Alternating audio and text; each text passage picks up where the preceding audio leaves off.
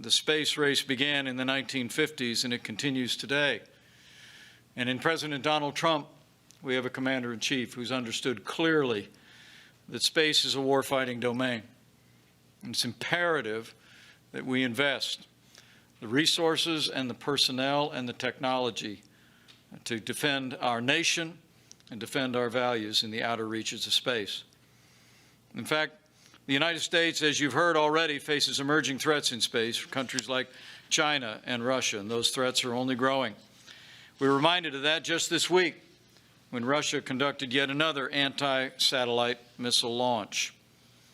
We're leading in space, but our determination under this president and with his extraordinary military leadership is to stay in the lead to defend America and defend our freedom from space.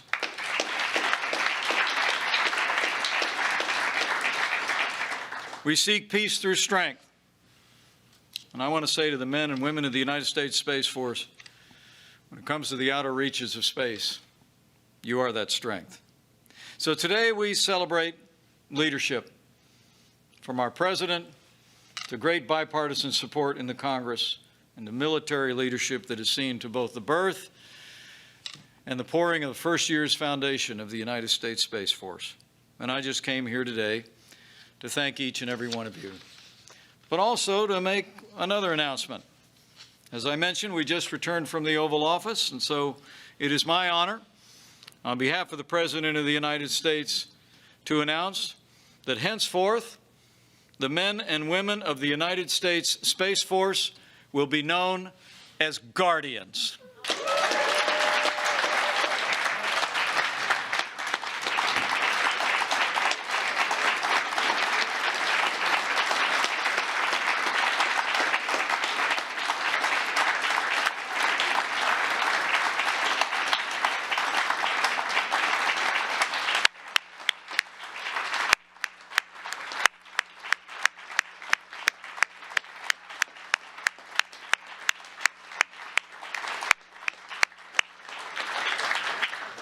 Soldiers, sailors, airmen, Marines, and Guardians will be defending our nation for generations to come.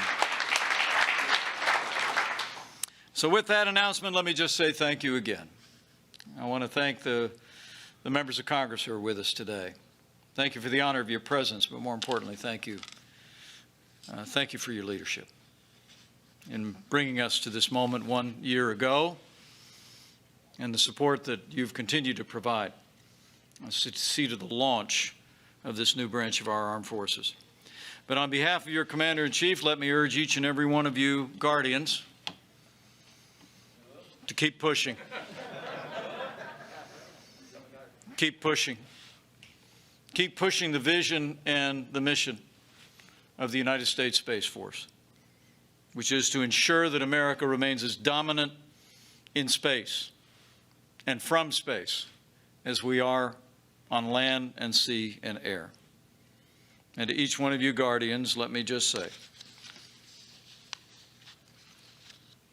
each and every day from this day forward, I want to assure you that you will serve with the confidence of your Commander-in-Chief. You will serve with the confidence and gratitude of the American people. And I'm also convinced that those of you that will serve in the United States Space Force in this generation and generations to come will also go with the prayers of millions of Americans who will claim that ancient verse that promises that if you rise on the wings of the dawn, if you settle on the far side of the sea, even if you go up to the heavens, that there His hand will guide you and His right hand will hold you fast. That then will be our prayer for our guardians in this generation and for generations to come. So happy birthday to the United States Space Force. God bless our guardians. God bless all the members of our armed forces. And God bless America. Semper Supra.